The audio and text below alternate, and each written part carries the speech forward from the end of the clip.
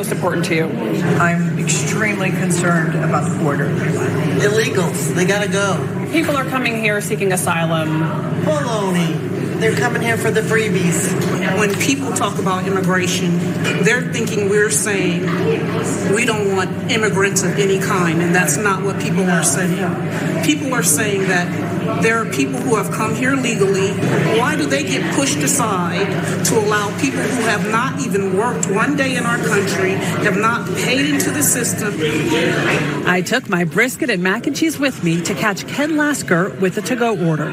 How closely are you watching this election? Oh, very closely. He was the only Harris supporter we met at lunch, even though Washoe County has historically been pretty politically split. Rosie Martins is originally from Mexico and appreciates the Moscow Mule. Her husband Gary is from Portugal. The Republicans are concerned about the economy and the border. I want it to be secure. I wanted it to be something that the people will not be in danger when they cross in their kids and their families, and to know who's crossing too. If you're not following. So there you saw it, there you heard. I just want to come in here, real folks. We're going to get to it. But do these people here look like? Not a single person, one person the CBS intrepid reporter found out there, right? That a white guy, a white dudes for Harris. But everybody else, she's from Mexico. He is from Portugal. Light-skinned whites, right? They're white supremacists. They're voting for Trump. The black lady there voting for Trump. The white woman there voting for Trump. This is in Nevada, folks. Couldn't find a single person, went to a ton of restaurants. Anyways, let us continue. Have nothing to do in this country. We met business owners in telecom, real estate, and mortgage lending. Everything has gone up. Everybody feels it at the grocery store, at the gas pumps. And yes, I do contribute that to Biden. I think they just keep thinking that if they keep putting money towards something, it's going to fix the problem. It's the same as if you have an old house, let's just keep fixing it and fixing it. Sometimes the solution is you got to tear it down. They call it money pit. Here we're going to call it the immigration pit. Rebuild. And get a mortgage from you.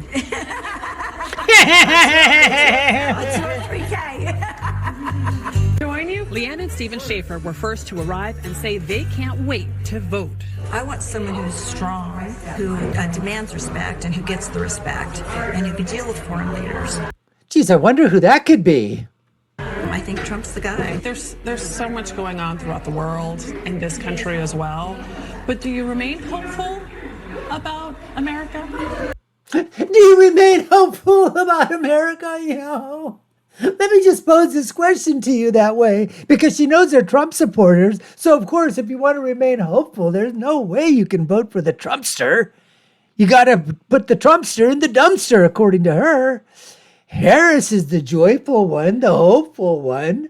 That's the way. Do you see her? Look at her. Look at this, folks. Look at the head tilt, the eyes, the lips, the hands folded. Do you feel hopeful about America? Let's listen to this guy's answer, folks. This is what America is all about now. I tell you, I've never owned a gun in my life, and I own 4 of them now. Really? Yes. I fear for our country. We had so much fun. But what was really incredible is in every single restaurant of the people willing to talk to us, we could only find one Harris supporter in every restaurant. And we left no stone. So, wow. Isn't that incredible? As he said, not one, they found one person, white dude for Harris, as we said before. In all Nevada, folks, this does not bode well for Harris if they're looking in terms of trying to, keep Nevada in the blue column. And that's just part of the problem. I'm going to show you a video clip from Atlas Intel. You got to check these people out, folks. Go to their Twitter page. Check out Atlas Intel. According to everybody, New York Times and all the other people out there, they were the pollster that was the most accurate in terms of the 2020, the 2022. They were the numero uno ones. They've got Trump out there, the CEO of that place, the person in charge. Listen to what this guy says about where they feel Trump is right now compared to Biden. Folks, this is going to knock your socks off. On the issues. Actually, even as we're talking about this huge boost for Harris compared to our last poll, Trump is doing much better now in terms of this analysis. So it does appear that a lot of what the dynamics is today is that people say, I like Kamala, but I'm not really trustful in that she will do a better job than Trump on these issues. Right. That's one of the things we've, what, there might be some of these people that are saying that maybe they want to give Harris a shot or at least a try because they just don't like the way that Trump talks. He's just too, alpha, too much testosterone. He's boisterous. He's this, he's that. So maybe if we might be able to get a few things, Harris could do the same things. But if you take a look here, who do you trust more to deal with? Environmental protection, Harris is only up by 6. Only up by 6, folks. In education, Trump's up by 3. Healthcare, Trump's up by 5. Reducing poverty and inequality, according to Atlas Intel, Trump's up by 6. Reproductive rights, she's the strongest thing that Harris should be on top of. The strongest thing, folks, reproductive rights, abortion issues. They're only saying that Harris up by 2. Safeguarding democracy, we all heard about this talk that Trump is going to, just get rid of democracy. He's going to be Hitler from day one. He's going to be the, dictator. Trump safeguarding democracy by +4. Combating corruption, 9. Justices to the Supreme Court, Trump's up by 7. Who do you trust more in trying to find peace or a solution to the war in Ukraine? Trump up by 12. Economy up by 14. Reducing inflation, Trump by 14. China-U.S. competition, Trump by 15. National debt, Trump by 14. Immigration, he's up by 17. Conflict between Israel and Hamas, he's up by 16 points. The only thing that Harris scored on, and barely, was reproductive rights and environmental protection. Let's listen to some more of what this gentleman has to say. The economy, U.S. economy and job market, inflation, those things that we were saying first on our previous graph, Trump is ahead here, 14 points. 14 points on the economy, 14 points on inflation. When it comes to immigration, he's ahead 17 points. Which is his strongest subject. Well, I'm very much oriented by the numbers we have. And I believe in those numbers. And if I believe in those numbers and I think about how this plays out, swing state by swing state, and that is something that we'll be releasing next week, I would give Trump 70% chance of winning and Kamala 30%. That means that, Kamala still has a chance, but I wouldn't call this race that narrow at this point in time based on this built-in advantage that Trump has. So if that wasn't bad enough news from the number one pollster over the past 4 or 5 years, Atlas Intel, what do you think our pals over at CNN, the corporate news network, the Clinton news network, the Kamala news network, every once in a while, CNN drops a little pearl. They're sort of like the Austin in Texas, they're like the little blueberry in a sea of red. Every once in a while, CNN comes out with something, and Harry Enton has got some news for Kamala Harris and her campaign as well. So let's take a look and see what's in store with Harry Enton and what he's talking about and what he's looking at the numbers. Take it away, Harry. Why this poll in and of itself isn't either A, surprising, or B, that great news for Harris. Explain. All right, so, it's not that surprising, Mr. Berman, from my undisclosed location. You'll never guess where I am. So take a look here. National polls in the last month, including leads within the margin of error. Look, Kamala Harris leads in pretty much every single national poll. She's led in 9 of the polls that have been released over the last month. Trump has just led in 1 national poll over the last month, and we've had 1 tie. So the fact that a national poll shows Kamala Harris ahead, not really much of a surprise because, John, pretty much...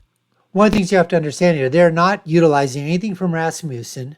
They're not utilizing anything from big polling data. I think that's, Barnes and Barris. Not using anything from Atlas Intel. Not using anything from Trafalgar. Okay, they're not using anything at all. And I think I said from Rasmussen. So they're not utilizing anything when they're saying Harris leads. They're using all the other polls that were so terribly, they were just bad polls. But they're using that because that's what's part of the RCP. So that's why you see Harris leading in that, and that Trump leads. That might have been the one time they might have, I don't even know who they would have picked for which poll, that was. Anyways, let's listen to Harry as he continues. All of them do. And the thing is, Harry, thanks to the founding fathers, this isn't a national election exactly, is it? Oh, now you're suddenly behind me. You keep on moving. There's Harry, still at an undisclosed location, but at least virtually behind me, making me very nervous. All right, Harry, talk to us about what the states look like, the battleground states. Yeah, so look, this is about the Electoral College, right? So let's take a look at the average margin. Nationally, Harris is ahead in the average poll by 2.5 points. But look in those 7 key battleground states: Arizona, Georgia, Michigan, Nevada, North Carolina, Pennsylvania, and Wisconsin. Harris is only ahead by 0.3 points, John. So the bottom line is, in those 7 key battleground states, it's a significantly tighter race than it is nationally, John.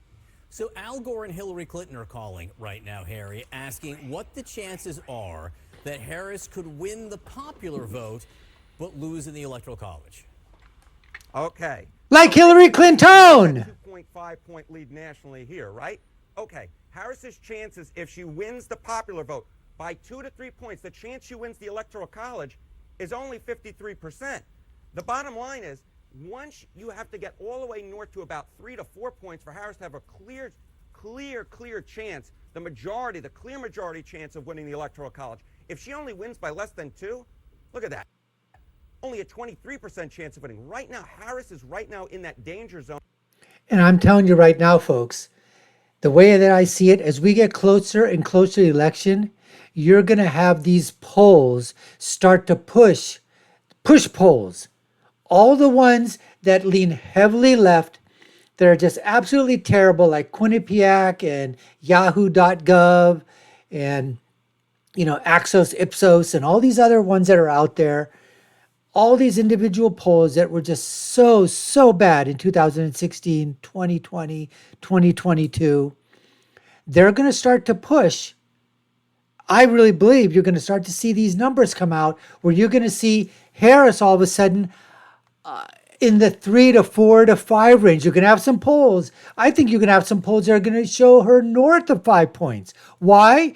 To show everybody, hey, she's got a shot at the Electoral College. They can't be pushing these polls out that she's tied nationally or that she's only 1 or 2 ahead. These polls have got to be 3 to 4, because if it's 2 to 3, it's a coin toss. And I truly believe my take after looking at everything, they told us in 2016 this was going to be an absolute rout. 400 plus for the Clintons. It was going to rout. That's what we heard. They were wrong. In 2020, Biden has got this by unbelievable margins. Remember one time he was up in Wisconsin by like 17 points? He won it barely by 1. He was up in Iowa. He was up in Florida. He was up in North Carolina. They were so wrong. Yes, he won, but the percentages that they were talking about, it was supposed to be an absolute, he was supposed to destroy Trump. 40,000 votes separated them. So now when they're saying this, to me, the whole media is pushing this narrative. Tight race. Check out my other videos. I've got Trump right now at 345, Harris at 193. Would I care if I lost those other 45 electoral votes and I'm wrong in terms of Trump flipping some of those other states? Like I have been flipping Minnesota, New Mexico, Virginia, New Hampshire. Would I feel Minnesota? Would I feel bad if Trump didn't flip those and he only won 300 electoral votes? Heck, I could care less if he gets 270. I'm happy. But I just see it that the whole narrative is going in one direction, and that's where they want to focus you and push you in, corral you into going down that lane. I don't agree with it. Not with the numbers that I've seen, not with the registrations that are occurring, not with this thing here. I believe right now Trump has got a popular vote margin somewhere around, I think it's right now it's 5. But let's say it's even somewhere between 3 and 5. He's got this in the bag. Let's continue with Mr. Harry.